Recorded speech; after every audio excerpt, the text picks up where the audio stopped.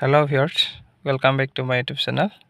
আজিৰ এই ভিডিঅ'টোত মই আপোনাৰ অস্থায়ী কৰ্মচাৰীৰ নিয়মীয়াকৰণৰ ক্ষেত্ৰত অসমৰ মাননীয় মুখ্যমন্ত্ৰী ডাঙৰীয়া আপোনাৰ সাংবাদিকে প্ৰশ্ন সোধাত কি মন্তব্য আগবঢ়াইছিলে সেইখিনি কথা আপোনালোকৰ মাজত শুনাম বুলি ভাবিছোঁ। গতিকে আপোনালোকে শুনিব আৰু ইয়াৰ প্ৰভাৱত আপোনাৰ শিক্ষা বিভাগটোত কেনেকুৱা ধৰণৰ প্ৰভাৱ পৰিব তাৰ ওপৰতো কিছু কথা আলোচনা কৰিম।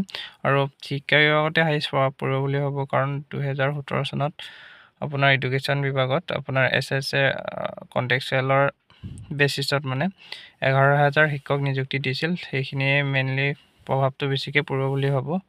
আৰু সেইটো আপোনাৰ সুপ্ৰিম কোৰ্টে অৰ্ডাৰ কৰিছে এনেধৰণে আপোনাৰ কোনো বিভাগতে মানে অস্থায়ীভাৱে কৰি থকা কৰ্মচাৰীক স্থায়ীকৰণ কৰিব নোৱাৰিব বুলি, বৰঞ্চ আপোনাৰ স্থায়ীকৰণ কৰিব লাগিব নতুনকৈ ইণ্টাৰভিউ পাতিহে আপোনাৰ স্থায়ীকৰণ বা পাৰ্মানেণ্ট কৰিব পাৰি বুলি তেওঁ সুপ্ৰিম কোৰ্টে সেইটো আপোনাৰ অৰ্ডাৰ কৰিছে। গতিকে তাৰ ওপৰত আমাৰ মুখ্যমন্ত্ৰী আপোনাৰ হিমন্ত বিশ্ব শৰ্মা ডাঙৰীয়াই কালি কিনো কৈছিল আপোনালোকক ভিডিঅ'টো শুনাই ল'ম।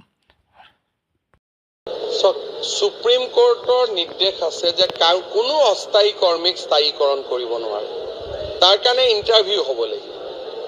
সেইকাৰণে সুপ্ৰিম কোৰ্টৰ বিৰুদ্ধেতো অসমৰ মুখ্যমন্ত্ৰী যাব নোৱাৰে। কিন্তু কাৰো চাকৰি আমি খাব খোজা নাই, 60 বছৰলৈকেও চাকৰি কৰক, কিন্তু অস্থায়ী কৰ্মচাৰীক ৰেগুলাৰাইজেশ্যন কৰাৰ পাৱাৰটো কেবিনেট আৰু মুখ্যমন্ত্ৰীৰ পৰা সুপ্ৰিম কোৰ্টে কাটি লৈ গৈছে উমা দেৱী ভাৰ্চেছ গভৰ্ণমেণ্ট অফ ইণ্ডিয়া এই ভাৰ্ডিকটোৰ জৰিয়তে। যেতিয়া মুখ্যমন্ত্ৰী বা কেবিনেটৰ হাতত সেই পাৱাৰটো এতিয়া নাই।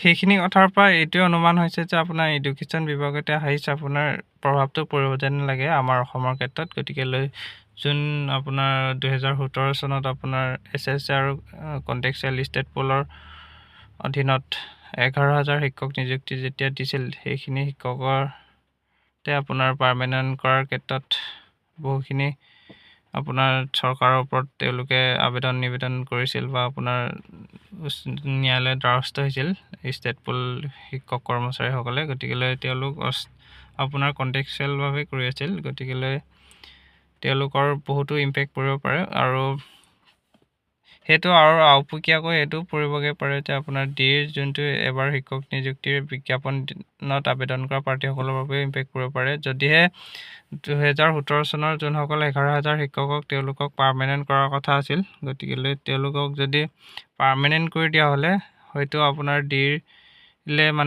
ডিৰ ফাললৈ সেইখিনি শিক্ষক নাহিলে হয়, যদিও বা আপোনাৰ ভেৰিফিকেশ্যন কৰিবলৈ মাতিলেহেঁতেন। তেওঁলোক যদি নহা হ'লে তাৰ পৰাতো কমকৈ হ'লেওতো বহুত পাৰ্টি আপোনাৰ আবেদন কৰি থৈছে ডিৰ বিজ্ঞাপনত। গতিকে তাৰ পৰা মানুহখিনি আপোনাৰ বাদ পৰিলে হয়। আপোনাৰ বাদ পৰি যোৱাৰ লগে লগে আপোনাৰ এই বিজ্ঞাপনৰ শিক্ষক আপোনাৰ মেৰিট লিষ্টখনত বহুতো মাৰ্কৰ আপোনাৰ কমি গ'ল হয়। গতিকে এতিয়া যদি তেওঁলোকক পাৰ্মানেণ্ট নকৰে, পাৰ্মানেণ্ট কৰাৰ কথা আছিল আৰু সেইখিনি কাম যথেষ্টখিনি আগবাঢ়িছিল বুলিও কিছু মানে শিক্ষামন্ত্ৰী ডাঙৰীয়াও ঘোষণা কৰিছিল।